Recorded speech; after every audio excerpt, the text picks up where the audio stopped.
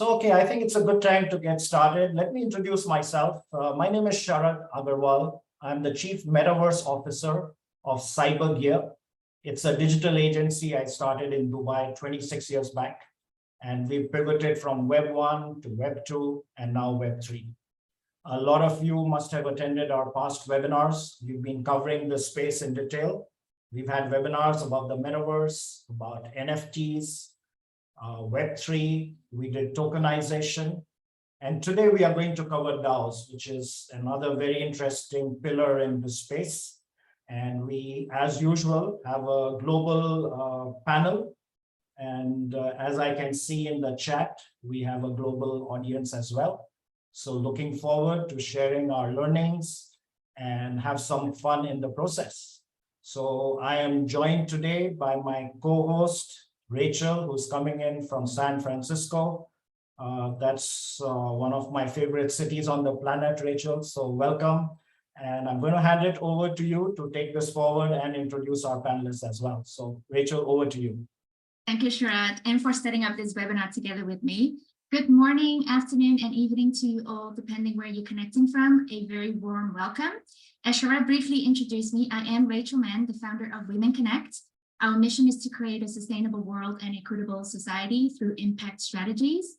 Besides working with clients to drive positive change, we are currently providing free coding workshops to refugee women in the US, and free coding bootcamp is planned for next year to enhance their career as blockchain developers, which aims to improve lives and bridge the gender gap in tech.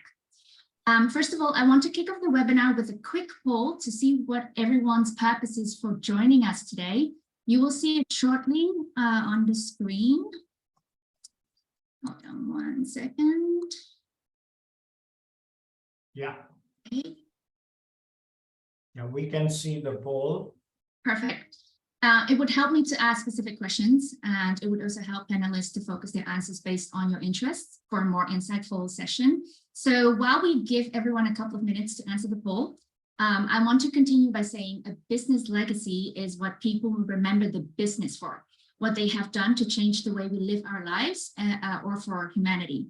And a product or service is the vehicle to drive this change in the world, and DAOs can transform the way we run our businesses to achieve these goals. For those who don't know what DAOs mean decentralized autonomous organizations. They are self-governing entities. Instead of relying on CEOs and board directors to control funds, DAOs are enforced by blockchain-based smart contracts in which the rules are determined by DAO member votes. So now let's get back to the result of the poll. So majority just want to learn something new, especially in Impact DAO. So I don't know if you can actually see the results. Yeah, we can share the results with the audience post the webinar, but clearly 77% of people in the room are interested in learning something new, and 31% want to know about the benefits for investing, and just 8% decide to go with the flow. That's interesting. Yeah, indeed. Right. So, and obviously to continue, oh, sorry, I'm still seeing the poll. I'm just going to stop sharing it. Okay, perfect. Thank you. Yeah.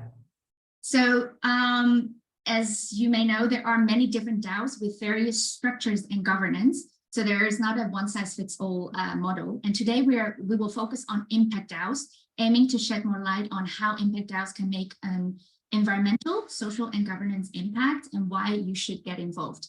And I want to ask Brian from 21 Impact Labs our first question. Or actually, Brian, do you want me to say Cherub? Because I know that you recently launched as 21 Impact Labs, but I'll let you explain that yourself.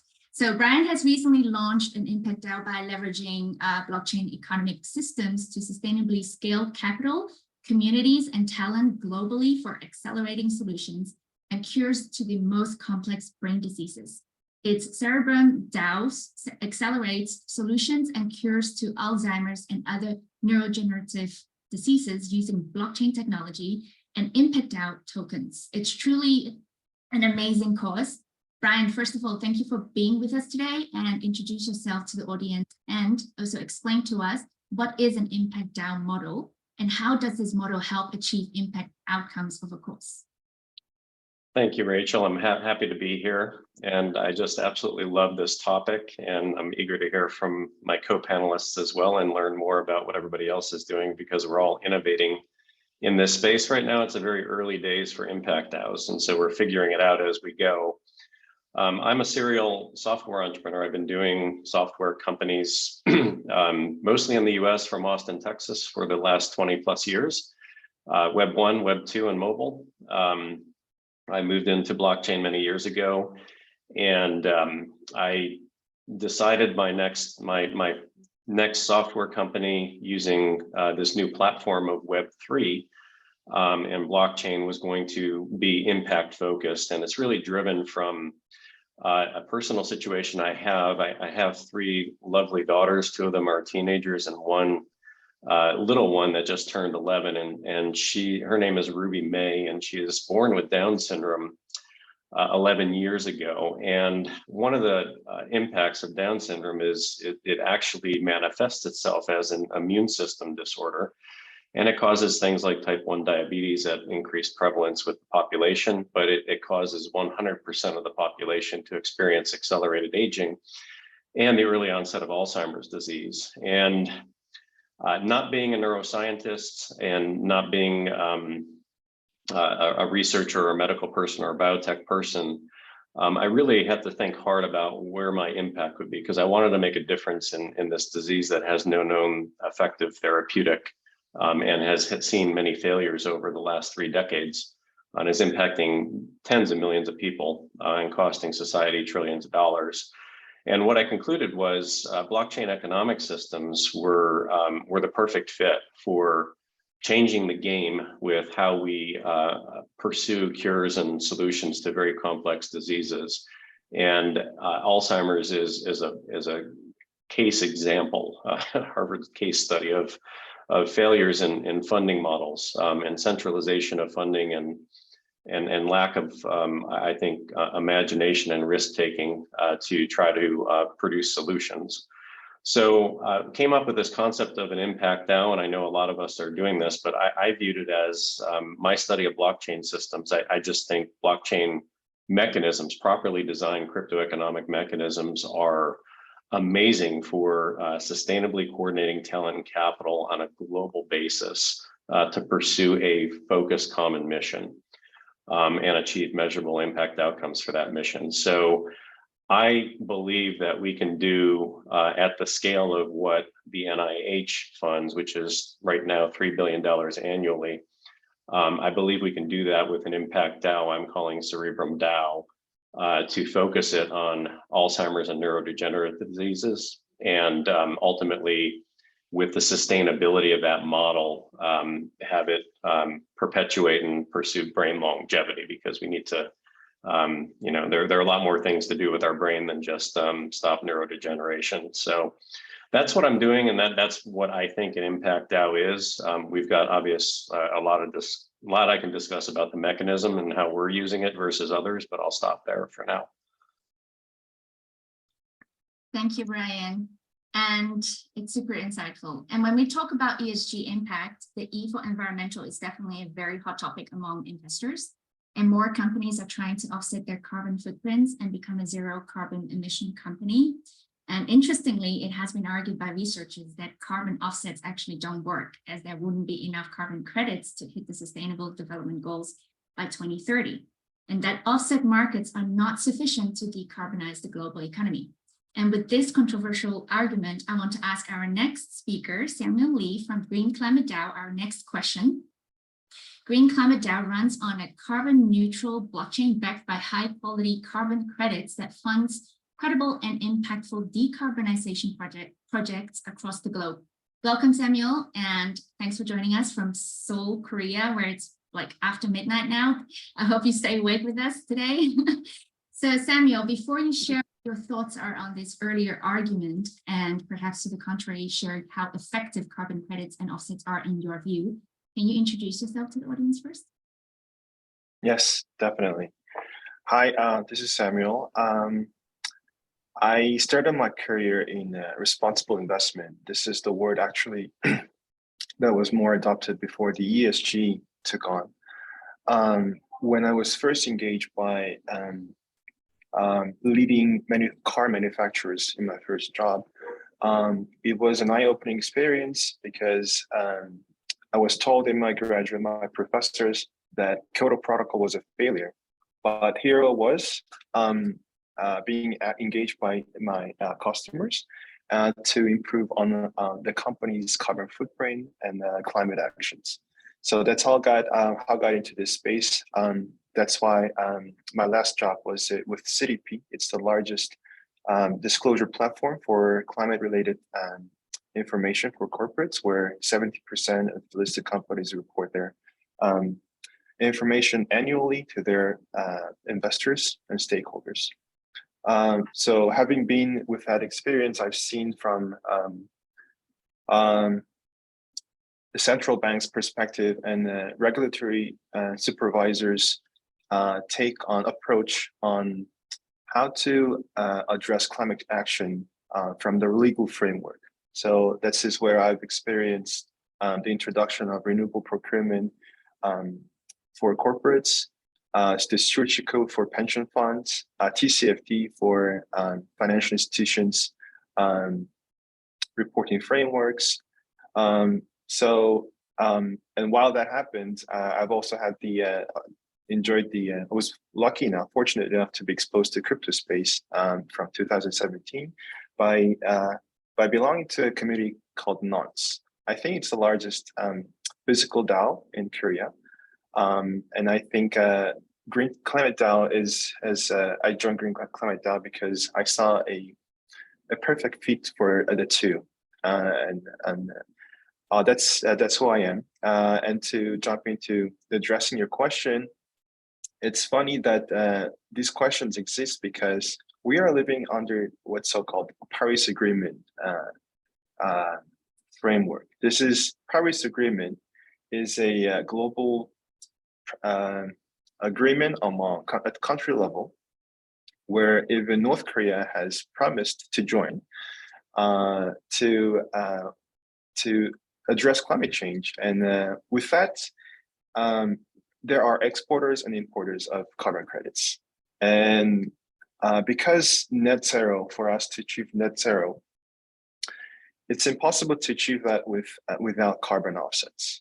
So from the legal perspective, these things are already embedded at a government level. So I don't think that it's not a matter of whether carbon offsets work or not. It's more of a matter of how to make it work. So that's why you start seeing these words like DMRV, which stands for Digital Monitoring, Reporting, Verification, to address these questions on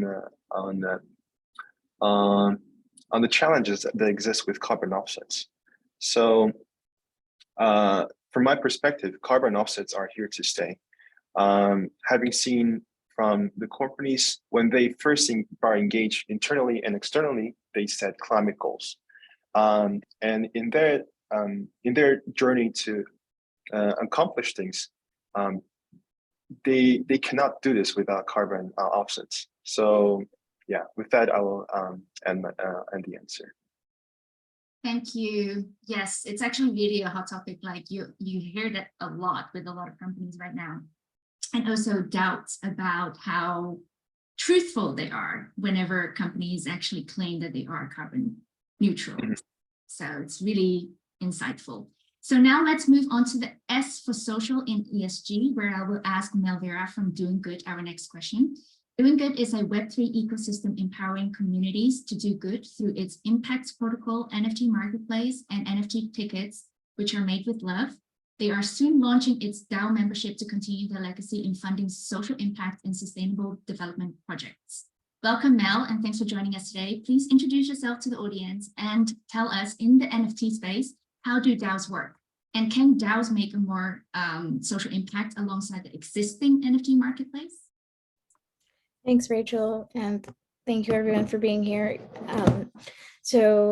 As Rachel mentioned, I'm Mel Vera. I originally joined the blockchain ecosystem about 6 years back because I was in Puerto Rico, I saw a large crypto community moved into Puerto Rico, and I saw what happened to to an economy when a disruptive technology moves in and there's no educational resources. And so my background is actually environmental economics and social entrepreneurship.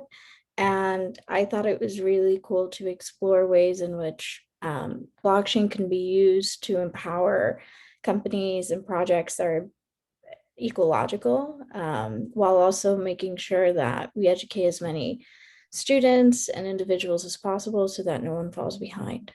So really using technology in a conscious and intentional way.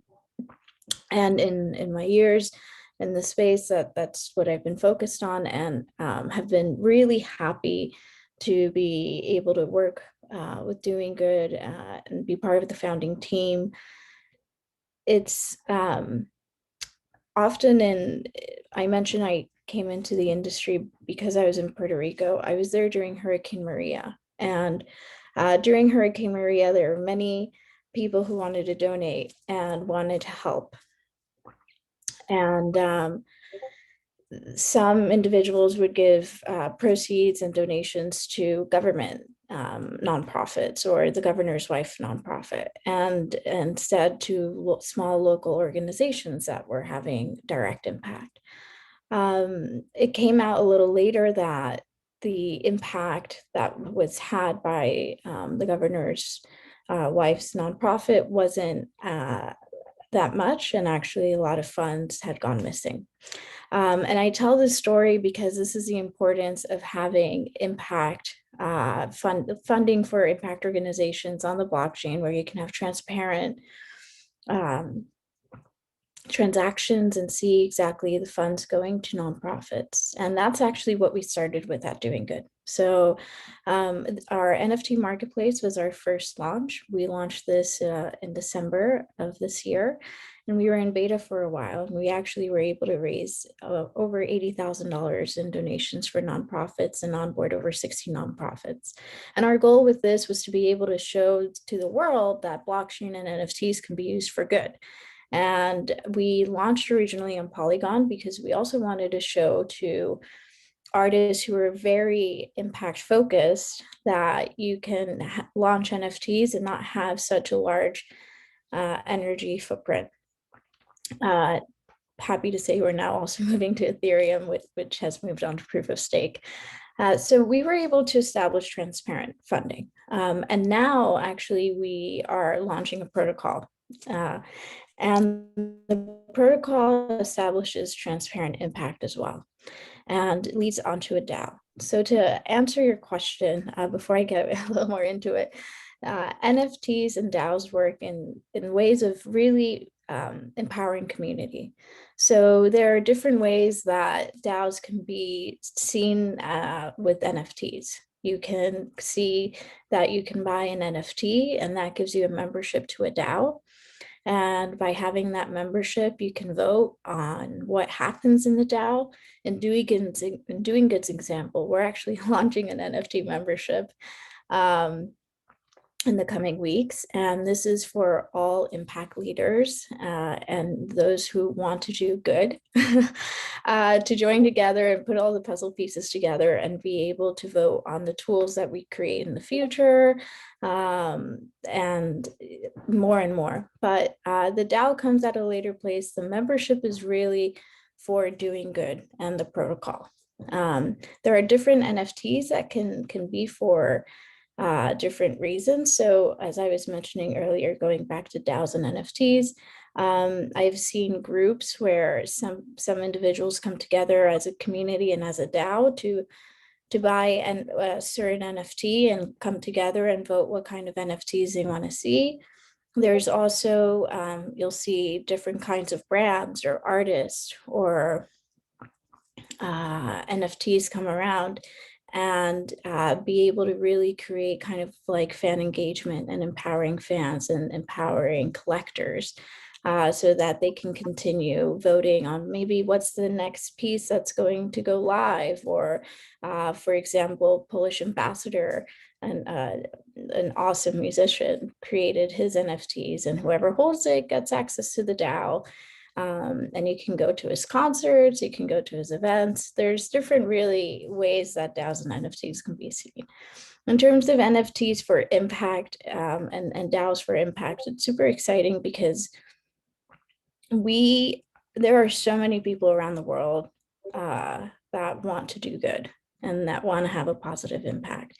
And oftentimes, if I go back to my original story of Puerto Rico, it's really about coordination and getting the people together and being able to, sometimes when you raise funds for different nonprofits and for one specific topic, like we can talk about women's reproductive rights, there will be different nonprofits, and sometimes the question becomes, okay, who's going to accept the funds first, and how do we send it across these different areas? Well, in this case, you could have the DAO accepting the funds originally and the funds going directly to the nonprofits from there on. It's even more interesting when we tie a smart contract around it and it automatically happens in this way, and you can trust that this is happening. We can also pass proposals as to research. We can make it more transparent as to what impact is being had. So in DoinGUD's case, we're having all the nonprofits be able to report impact, and not just nonprofits, any community member, anyone in the media, any reporter, anyone to report impact and have the rest of the community validate this impact. So that in the DAO, the community can say, okay, we want to give more funds to this nonprofit because it seems like they're reporting and having more impact and it's transparent and we can see this. And we can see the funds transparently going to that nonprofit. And so it really creates a circle of trust, in one that you don't really have to worry. So yeah. Definitely exciting times ahead. So for next, I'm going to bring on our last speaker, Jhunehl Fortaleza from AquaGoat, which is an ecological DeFi token. DeFi stands for decentralized finance and a sustainable community-driven project with a purpose to save our oceans. Super important. A portion of every transaction of the Ocean Blue Fund is used to fund ocean cleanup and marine conservation initiatives. Welcome, Jhunehl. And thanks for joining us today. I know that AquaGoat is in the process of forming a DAO. Why do DeFi projects need DAOs? And what are the benefits from an investment point of view? And please also, introduce yourself before you answer those questions. Absolutely. That's a great question. Thanks so much for having me here. So again, I'm Jhunehl Fortaleza. I'm the Charity and Outreach Coordinator for AquaGoat. AquaGoat basically is a community-driven social crypto dedicated to ocean and marine life conservation, just like what you said. The project, so our history is actually pretty interesting. The project is essentially a community takeover of an anonymous developer's abandoned token. So like somebody put something out and just said, here you go. This is the contract. This is what it is. And there was a group of us in the community who wanted to offer our services. We volunteered either our web design services, in my case, my experience with outreaching to organizations and charities, and other people just contributed all of their skills in order to build the AquaGoat community. And since then, we've actually been able to do a lot of really amazing things as a community. We've used the token as a vehicle to fund really noteworthy endeavors. My favorite one is the AquaGoat Sea Turtle Hatchery that we partnered with at Foster. So we actually have been able to help release thousands of baby turtles be born safely on land, and then help them get into the ocean. We've also spearheaded the first marine protected area with Hariban in the Philippines. And we've done a bunch of other donations that are all community voted on. And we have operated in a DAO-like way for a long time. And now we're in the process of making it official and embedded in our contract. So back to your question though, about why do DeFi projects need DAOs? So I'm learning from experience, and this is something that, you know, as a volunteer for this project, when we first started in April of 2021, I had no idea the roller coaster we're going to end up going on as a DeFi project. And now in hindsight, all the things that we've learned, I'm like, we should have started as a DAO in the first place. So there's many reasons, but I'm going to touch on 3 really like important ones just based on the experiences that we've had at AquaGoat. So DAOs basically, for people who are unfamiliar, have the power to distribute like voting, power to change the contract, power to do, depending on how it's organized, it distributes the power collectively amongst the members of the DAO. And it's a new way of organizing cooperation, basically. So the 3 things that I think most like DAOs would most benefit, or DeFi projects would most benefit from DAOs, is it enables more equity, first of all, for the members. It builds trust with transparency and responsibility in how funds are being used. And it also spreads the workload by incentivizing participation amongst the people, especially when you have like us, like a team of volunteers who are spending a lot of their time into putting this project together, and being able to spread that workload while incentivizing the people who are participating is really important. And if I could go in just really quickly about each of those 3 things that I brought up. So with equity of voice, the community projects like AquaGoat have to have like a more decentralized way of carrying out voting. And right now, the way that we've been doing it is through polls on our Telegram, on our Twitter, and then we carry out whatever the community votes on. So if the community wants to donate this portion of funds towards this particular organization, that's the way that we've been able to do it in the past.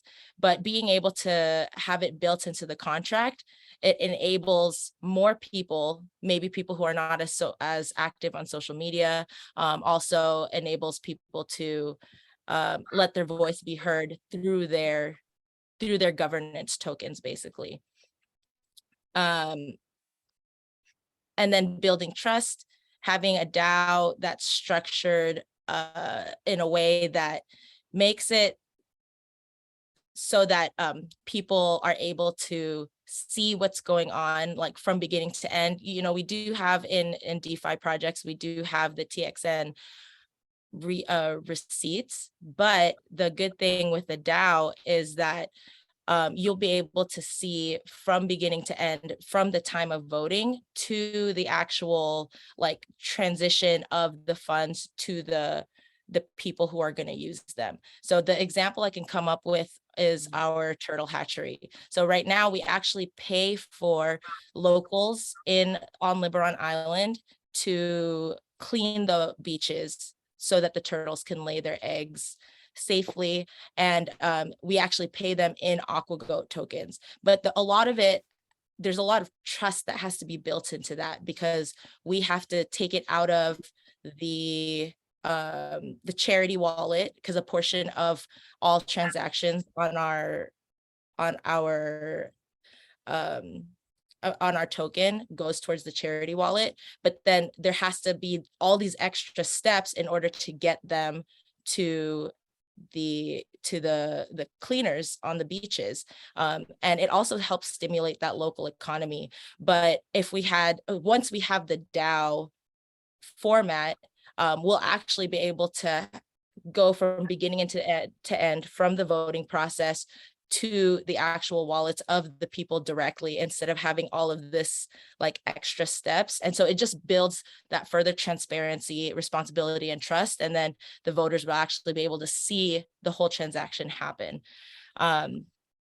and then just spreading the workload. It does, when you're volunteering for something like this, it does get kind of tiring to always like depend on the same group of people, the same group of volunteers.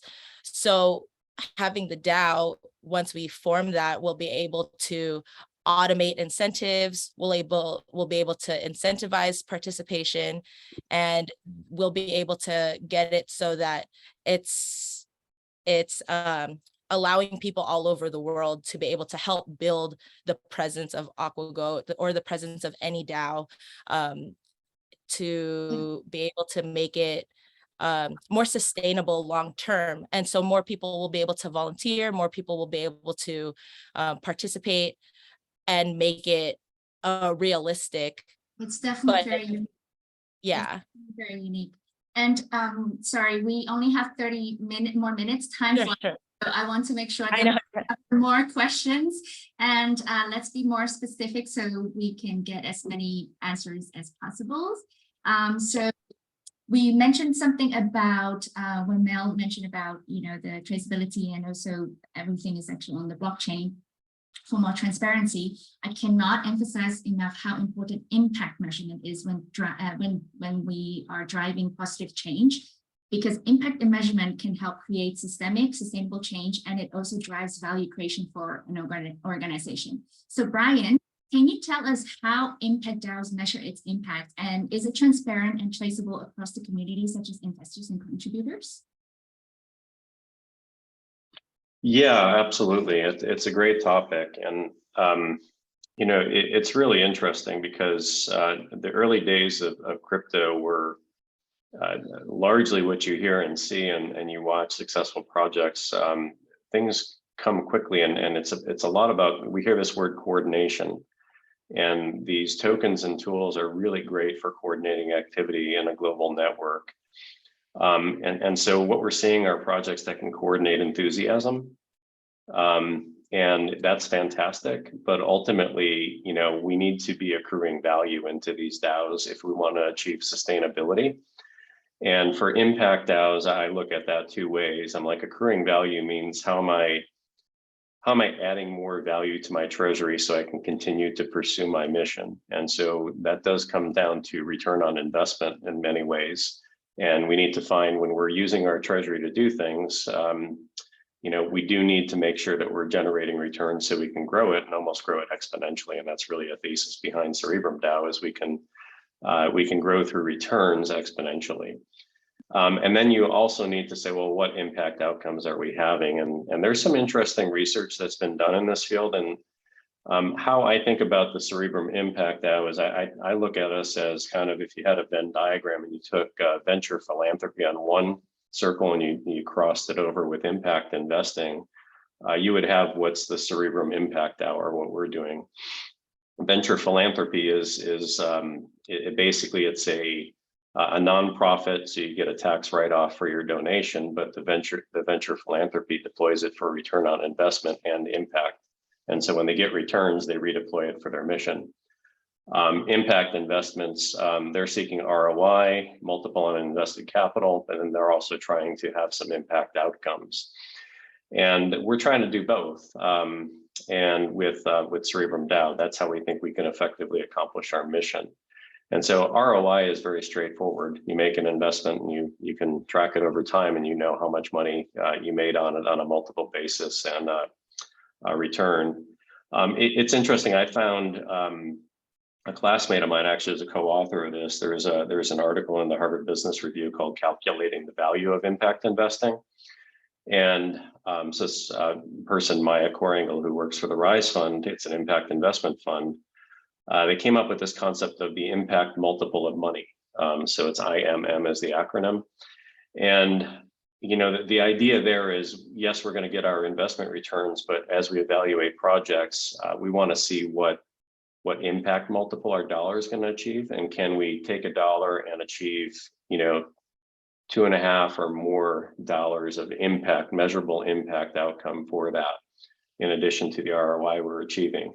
And for us, take the example of Alzheimer's disease, pursuing a a broader array of solutions. So not just one therapeutic that's going to reverse it, which is really not likely. If you look at it from a standpoint of everything from lifestyle changes and maybe digital health applications to therapeutics that can slow it down or delay the onset, you can achieve a lot of outcomes that are going to have impact on society, because the problem with Alzheimer's is you have a massive cost in society on caregiving and caregivers, and loss of economic productivity of people that have to take care of people with Alzheimer's, and just the mental health impact of actually the devastation of this disease. And so a way we would measure an impact multiple of money is to say, not only are we going to generate an ROI on a therapeutic investment, but we would say, okay, well, if that therapeutic investment's successful, how much multiple are we going to have in terms of reduction of cost of care, taking people out of the workforce because they've got to take care of a loved one, if we can delay the onset with this solution by 5 or 10 years for this many people. And so that's, that's how I think about it. I thought it was a good metric and very useful. And it allows you to think in both camps of ROI plus impact, and you can actually measure it and prove that you achieve those outcomes. Amazing, definitely very helpful. And actually, I want to jump back to climate tech, which is also a lot of interest in with many investors. And climate tech is necessary for the survival of our planet. So that's why a lot of startups are taking action by creating technology with the future of our species, planet, and climate in mind. And the industry is predicted to reach 1.5 to 2 trillion in annual capital investment by 2025. So Samuel, I would love to ask you the following question. What can the traditional climate movement or ESG movement learn from blockchain governance in order to achieve this ambitious goal? Well, actually, I must admit that having interacted with several UN agencies, and also my background, which is CDP, SBTI, I wanted that there is not yet that much of an interest on blockchain. So they're just learning, as everyone is, but I personally think that the immediate use case or implication for blockchain will come from climate-related matters. So give you an example, Brian, who's the owner of Coinbase, he, I think it was last year, when he was challenged with ESG matters, he said, I'm not going to address this issue at all. It's going to focus on the profitability of his shareholders. Then he changed his stance altogether once the company got listed, because he had to follow the rules of SEC. I think, so that's one thing. I see another immediate use case for the electricity markets, because it just gives a lot of, there's research that said more than 50% of the utilities today have experimented with blockchain one way to the other. And the last one being carbon markets. I would really recommend that you, if you're new to this, you look into a ReFi movement, which is named after DeFi. If that was am I answering the right question? Yeah, it's basically, just wanted to know if the, traditional climate movement can actually learn anything from the blockchain governance, the way how it's actually driven, like. Yeah. So sorry. Actually, yes or no, because I'm not sure if anyone is familiar with MakerDAO. This is one of the well-performing DAO there is. But even they are struggling with DAO governance. Like less than 5% of their stakeholders are actively engaged. So, and the founders regret going DAO from the beginning. But that is not to say that this people from the regulatory environment and from the traditional space do not have interest in DAO. So I think it's at this point, it's a really explorative stage. Davos Forum launching their Impact DAO report by the end of the year. It just shows how much interest there is for DAO. But at this point, I think it's more of a explorative stage. We from the crypto space, we don't know what we're dealing with yet. So, yeah. Okay, thank you. Yes, I guess there are still a lot of uncertainties with DAOs, and it's still. It is true. Yes, it's still emerging technology, and every has actually different governance and how they operate. So there is no one size fits all model so far. It's a learning for everybody, really. So now I want to talk about reassurance. So I'm pretty sure that a lot of people hear about cyber attacks and whatnot. So I want to cover this part because I'm not going to only talk about how great DAOs are. There are obviously risks involved, not just the investment itself, but as recently as last month, a DAO founder just disappeared with the funding, right? And not to mention, when it comes to a large amount of money, it can also be subject to possible cyber attacks. So I want to cover reassurance. Many people believe that testing and certifying smart contracts is an important part of keeping the blockchain ecosystem safe. Nonetheless, of course, there is always risk involved. But perhaps there are actually ways for investors to be more aware of possible Ponzi schemes, something that we could be more aware of. So Mel, the next question is for you. Could you tell us what investors and contributors should look out for in a credible impact DAO roadmap? Like when a certain roadmap and it's followed through, that we can actually really be assured that this is not a Ponzi scheme. People are just going to collect the money and run off. Yes, thank you for such a great question. Really important that you do some research on the founding members of the DAO and those that are launching this DAO, that they've been part of reputable, legitimate companies and projects in the previous years, and that they've also been participating in other DAOs, and this isn't their first run at a DAO or time engaging in a DAO. That's first off. Second of all, it's important to see what the DAO is for. Like, let's take, for example, if it's a DAO that is to create impact, let's say in going back to women's rights, it'll be very important to be able to understand how they're doing it, what their timeline is. It's just like when you analyze a project that you're going to give some funds to, right? So making sure that they have a legitimate timeline, that they have some sort of funding and aren't just depending solely on membership funds. Many do, but in that case, it's also important to understand the economics of the DAO as well. Is the DAO going to be sustaining itself on solely memberships? Is there another way that the DAO is going to be having some kind of revenue? And most importantly, understanding the risk of your involvement in the DAO. Some DAOs, as some were mentioning, you actually earn by participating, which is really awesome. And so you'll want to make sure that it's clear to you the time commitment, while also knowing what Mel?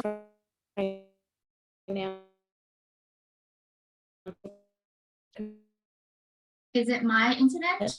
No, it's No. Mel. It's Mel. Yeah, I think she has some internet. Sorry. issue. Yeah, maybe Rachel, we can go to somebody else till she. Can you Yes. hear me? Yeah. Mel, yeah, you're cutting off on and off. No worries. I hate to be to affect the rest of the speakers. No So problem. We can maybe come back to you after. for sure. Yeah. So the next question, actually, obviously, we talk about uncertainties and vulnerabilities in DAOs. However, I strongly believe if you actually believe in the concept of decentralized governance, DAOs will play a big role in contributing to a better tomorrow in Web3. Many DAOs might still be far away from being completely decentralized or autonomous, but as an investor, we also invest in the future we believe in. So to think about it, who would believe that Netflix could overtake Blockbuster back in the day? So we have to learn and see the value at a very early stage, especially with emerging technology, in order to make a real impact and return. So I want to talk a bit about evolution of DAOs. So Jhunehl, there are arguably 3 key ways for DeFi to evolve: usability, regulatory clarity, and increased liquidity. Do you believe DeFi projects operated by DAOs can tackle these challenges? And could we keep it short so we can finalize the final 3 questions? Yes, I apologize for that. I just get really don't worry. excited and then talk too much. But yeah, I do agree that that a DAO project or a DeFi project that's operated by a DAO are more equipped to tackle these kinds of issues. So like you said, the first, you said usability, right? So DAOs offer a much more focused and accessible way to participate in DeFi projects. And that's something that DeFi projects definitely need to evolve on, because it is hard for people who aren't familiar with the space to be able to participate in a DAO. So, I mean, in the DeFi project. So the DAO helps it to be more accessible, and also focuses on real life utility, particularly impact DAOs. It definitely helps to enable people to continue doing the good efforts that they want by being participating in the DAO.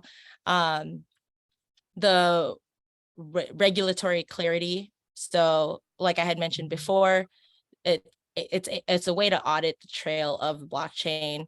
And it also eliminates any of the guesswork that goes into all of the processes that go from the voting to the actual organizations who are benefiting.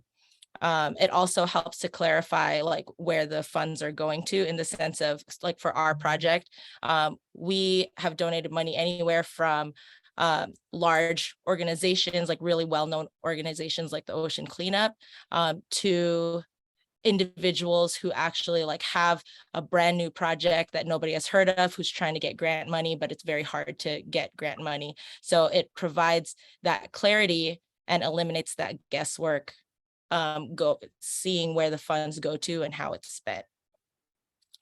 Same thing with the local villagers who are cleaning the beaches for the turtles. We could see that they actually receive the tokens. And that's something that DAOs are able to show and are more equipped to tackle versus just a regular DeFi project. And the last one that you mentioned was increased liquidity. So it's the fact that DAOs have increased decision makers and have those built-in incentives, it means like more participation. So the more governance tokens somebody holds, the higher their voting power, if that's how the DAO is structured. And it helps in turn to build more of that liquidity. So having this genuine mission, having this goal, makes it more attractive for supporters, just like the 3 points that I had mentioned earlier. And that DAO structure helps continue the community-driven, humanitarian-driven projects to be sustainable with that increased liquidity. Great. We only have 10 more minutes, and although I do have 3 more questions, but I actually want to leave some time for the audience to ask any questions, and only if we have some time left, we can continue. But anybody else who actually want to ask questions, you can raise your hands and I can put you or ask the questions in chat. I believe Brian has been answering most of the questions already in the chat as Oh, we. perfect. So yeah, we Thank don't you, have Brian. anything outstanding there, but yeah, you can Okay. carry on. Not all of them, just some. Thanks, Brian. Okay, so I do actually want to jump to one very important question for people to understand how the tokens work, because obviously one important step of a DAO is to figure out how to receive funding and how to assign governance. This is typically done through token issuance by setting tokens to raise funds and fill the DAO treasury. Token holders are given voting rights proportional to their holdings and are able to own equity in the DAO to help shape the DAO's future. So imagine owning a governance token in a DAO is like holding equity in an early stage startup.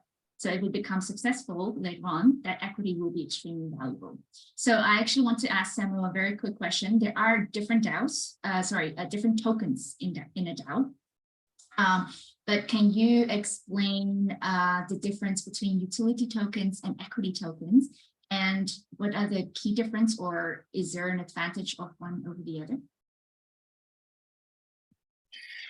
Yeah, good question. Utility tokens and equity tokens or security tokens, they have a very big difference from the investor's perspective and also from the project's, the project developer's perspective. So in a sense, utility tokens is what drove the ICO in 2017. Equity tokens or security tokens is what is entering today in the crypto space in the wake of some challenges that exist with anonymity and lack of regulations for utility tokens. Being a member of blockchain associations, there is yet regulatory clarity for the investors on which constitutes a security tokens or not, because they're in the making. But in a concept level, security tokens is a digital representation of shares. It's a shares made into tokens. Utility tokens is a non-security token. So at a concept level, you hold this token, you're not an owner of this protocol or this service, but you have access to this service that it's being provided. That's a really high level difference between the two. Why would people invest in or issue this is totally another conversation. But with that, I'll just leave it there. If you have any questions, feel free to ask. So I see some questions. Let's go through how to sustain value. Okay. Brian, do you want to answer the question, how do we sustain the value of equity tokens? Asked by Jhunehl. Yeah, well, I won't get into equity tokens specifically, because I think that's if it literally is an equity token or a security, it's a well-worn path. It's the same way we sustain it in the security model. You accrue value through doing something to earn a profit greater than your expenses, and it goes into the treasury of the corporation, and it'll continue on. So I think with equity tokens or security tokens, these are literally just a better way to tokenize a security, because it's global and available to the public on a global basis, as opposed to, with equity tokens and securities, you got to be in different jurisdictions to be able to buy and trade and hold, and there are all sorts of different rules that apply. Specifically with related to DAOs, whether we consider them utility tokens or something else, I think what you see on a lot of DAOs right now are they are token models without really putting a definition around it, with maybe technical explanation of saying there's utility because there's participation rights and governance rights to it. We look at it from a perspective of we're issuing a token. Ours is an NFT. I like the NFT because we're making investments in research and companies to achieve impact outcomes for diseases. So we went with an NFT model. So it's one membership, one vote, and one token. So our view of value accrual is we grow the actions we do with the treasury we have generates returns that grow the treasury beyond the investment we made. And so, you know, whether your token or membership token appreciates in value or not is outside of our control.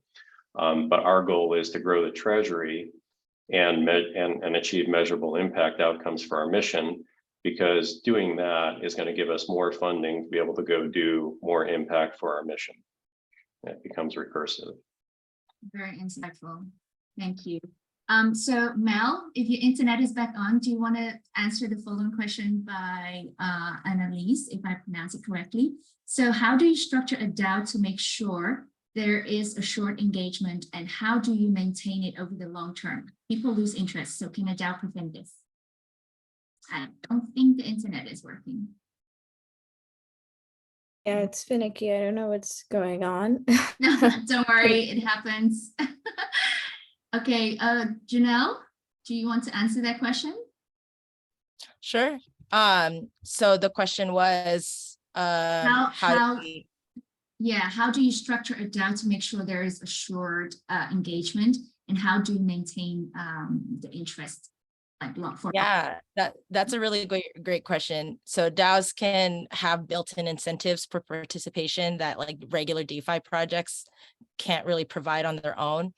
So a DAO can have this overall mission and vision like ocean cleanup or climate change, but a DAO can actually have specific tasks that can be spread out to more community members who in turn will receive incentives for their work. So it almost decentralizes the workforce rather than having it be focused on just like this core group of volunteers or just on the center group of people who are like leading the DAO. So that's something that helps with, like you mentioned, volunteer fatigue. And that's something that we're in the process of transitioning to, because we want to keep things going. Great. So I think we are going to wrap it up because we're almost at the clock. Despite the uncertainties and the unknowns of DAOs that are ahead of us, which may seem very foreign to some of you, if we truly want to drive a positive change in the world, we must work together towards a common goal for greater impact, in my opinion. And Impact DAO definitely has this ripple effect. Just imagine an Impact DAO that has the same number of token holders as Facebook's number of users, which is over 1 billion of people. The positive change will be substantial.